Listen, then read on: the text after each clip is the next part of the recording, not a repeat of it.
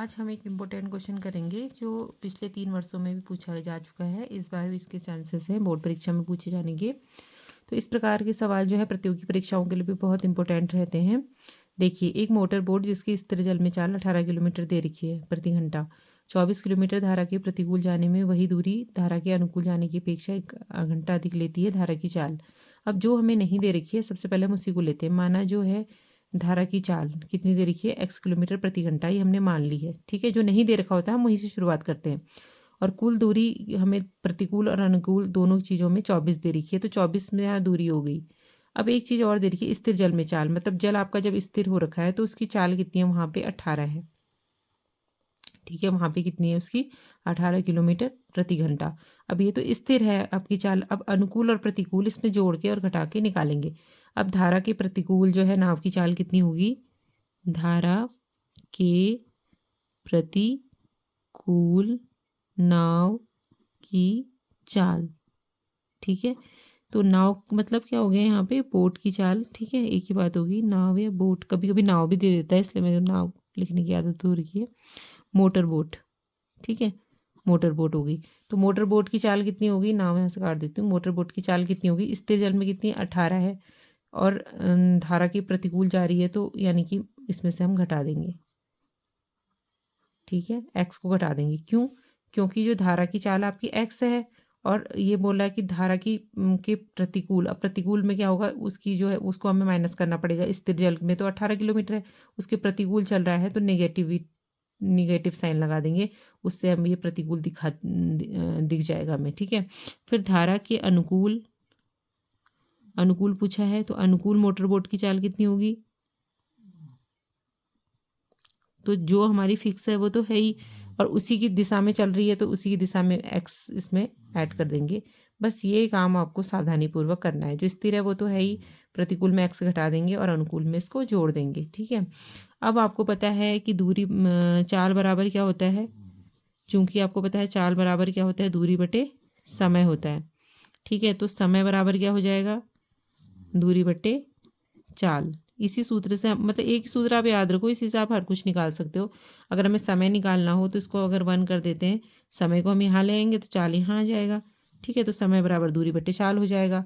अब हमने क्या करना है कि 24 किलोमीटर जो वो चल रही है धारा के प्रतिकूल जाने में, तो वहाँ पे उसको कितना समय लग रहा है। ठीक है, तो धारा के प्रतिकूल जाने में, धारा के प्रतिकूल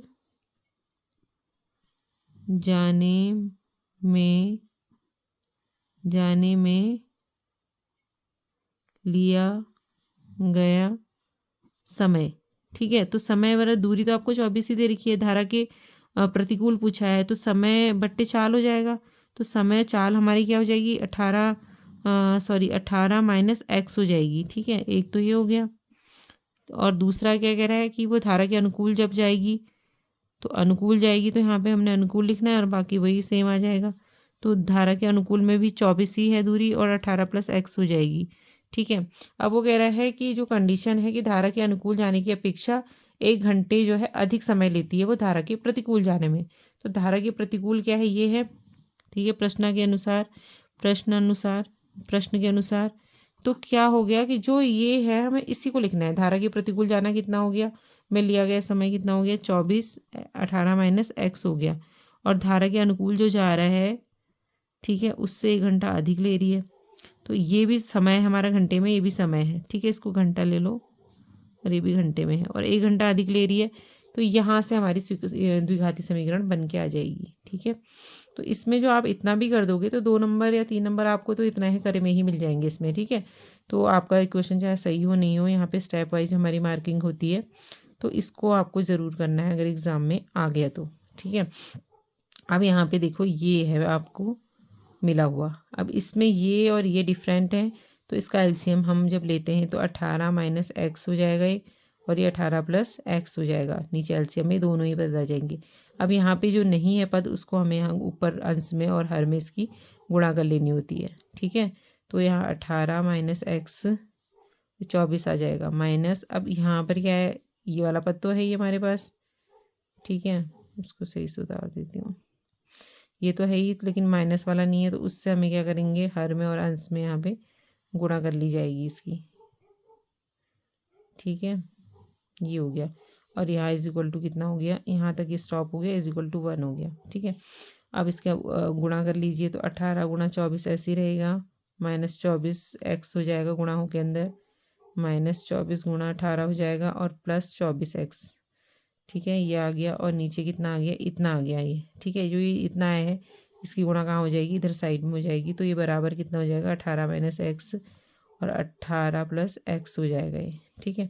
अब इसमें से ये और एक गुणा करने की ज़रूरत नहीं है, कैंसिल हो गया, प्लस का है माइनस का है, और यहाँ पे क्या हो जाएगा, और ये भी प्लस का है माइनस का, ये कितना आ गया, 0 आ गई ये साइड, और ये आपका गुणा हो जाएगा, तो ये प्लस का है माइनस का है, तो 18 कितना हो गया, 1 मिनट देख लेते हैं इसको, कोई गलत ना हो, ये कुछ चीज़, 18x, सॉरी ये प्लस में यहाँ गुणा करेंगे, ठीक है। तो ये आपका जो है ये तो ठीक ही है, ये आ जाएगा 24x प्लस का आ गया ये, ठीक है, ये नहीं कटेगा, ये और ये कट गया, 24 और 24 कितना आ गया, 28x आ गया, ठीक है, बराबर। अब इसको गुणा करेंगे यहाँ, तो यहाँ एक माइनस का एक प्लस का है, तो यहाँ पे क्या आ जाएगा, 18 का वर्ग माइनस x का वर्ग आ जाएगा, ठीक है। ये आ गया आपका 18 से गुणा करेंगे तो कितना आएगा, 18 144 324 आ गया ये, और ये आया x², और ये कितना आ गया, 28x। अब इससे आपको द्विघाती समीकरण मिल जाएगा, ठीक है। यहाँ पे सॉल्व कर देती हूँ उसको मैं, तो ये x² को हम इधर ले जा देंगे ना, इधर साइड ले जाएंगे तो प्लस का आ जाएगा, फिर 28x तो प्लस का है ही वहाँ पे है, और 324 इधर आ जाएगा तो माइनस का आ जाएगा, इधर साइड लाएंगे तो ना, तो ये द्विघाती समीकरण बन गया हमारा, बीच में है 28 और ये है 324।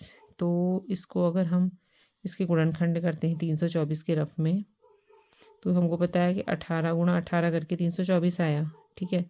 तो 6 3 18 और 18, इसी को मैंने तोड़ा, तो 18 3 कितना हुआ, 54, और 6 आपस में घटा दो या जोड़ दो, तो 54 में से 6 घटाया 8, ये कितना है, 48 आ रहा है, ठीक है।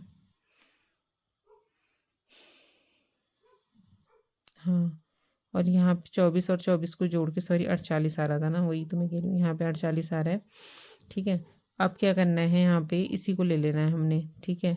ये कितना है, 54 - 6 ले लेना, 28 की जगह पे, 48 की जगह पे, और यहाँ x आ गया 324, तो ये आ गया x², 54x - 6x - 324, कॉमन ले लीजिए बाहर जो दोनों में हो, ठीक है।